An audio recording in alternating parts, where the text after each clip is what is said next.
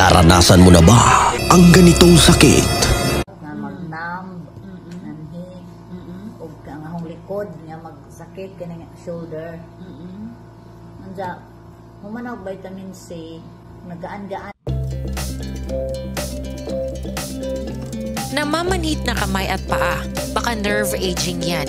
Pero tandaan ang pamamanhid ng paa at kamay ay maaaring sintomas lamang ng isang partikular na sakit. Ang namamanhid na kamay o pamamanhid ng paa ay isang ordinaryong ngunit nakakairitang sintomas. Ang pamamanhid ay mas maaaring hindi naman seryoso at hindi nagtatagal. Halimbawa, ito ay magiging resulta ng pressure sa mga ugat kung nahihigaan mo ang iyong kamay sa pagtulog. O kaya naman dala lamang ito ng pressure kung ikaw ay tumayo ng napakatagal.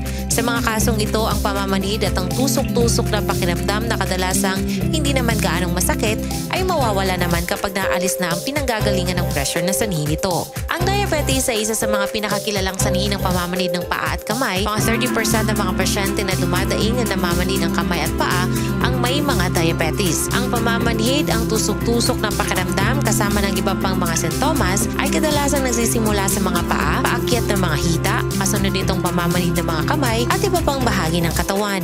Ang matagumpay na gamutan sa pamamanhid ng kamay at paa ay nakadepende sa tumpak na pagsusuri at gamutan sa kondisyong pinagmumula ng pamamanhid. Hanggang hindi pa namamatay ang mga nerve sa mga kamay at paa mo, may pag-asa pa itong manumbalik sa dati. May mga pangkalahatang rekomendasyon para sa malusog na lifestyle na pwede mong sundin habang umiinom ka ng gamot para pamamanhid sa kamay at paa. Ang pagpapanatili ng tamang timbang, pag-iwas ng pagkakahantad sa nakakalasang mga chemicals, pag-eehersisyo, pagkain ng masustansyang pagkain, pag-iwas sa alak at paghinto sa paninigarilyo ay tiyak na makakatulong sa iyo.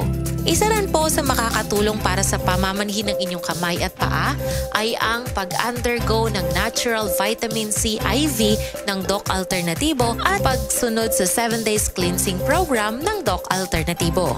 Pakinggan natin ang testimonya ni Mrs. Yvonne Caviola kung saan siya ay natulungan ng vitamin C IV at ng 7 days cleansing program ng Doc Alternativo. Ma'am, before pa ka nga nag-undergo sa vitamin C IV, unsa ganito yung mga gibati?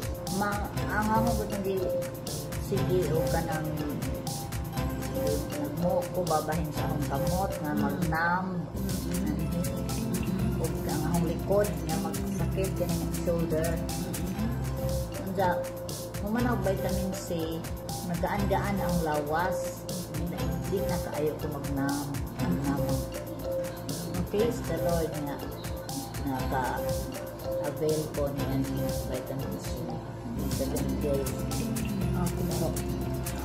Ako silang i-convince na kaya na kuha man ako, na-proven man ako, i-convince na mo avail ko sila ng kuhaan sa mga product sa Doc Alternativo na binadyon sa vitamin C. Vitamin C infusion sa 7 days cleansing program. Ako si Yvonne Caviola, 69 years old, taga Abgao, Masin City, Southern Leyte.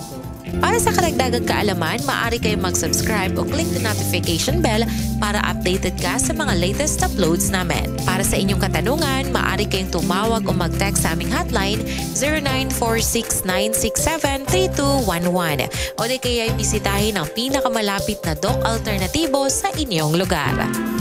Ito si Daisy Arañez para sa Balitang Pangkalusugan.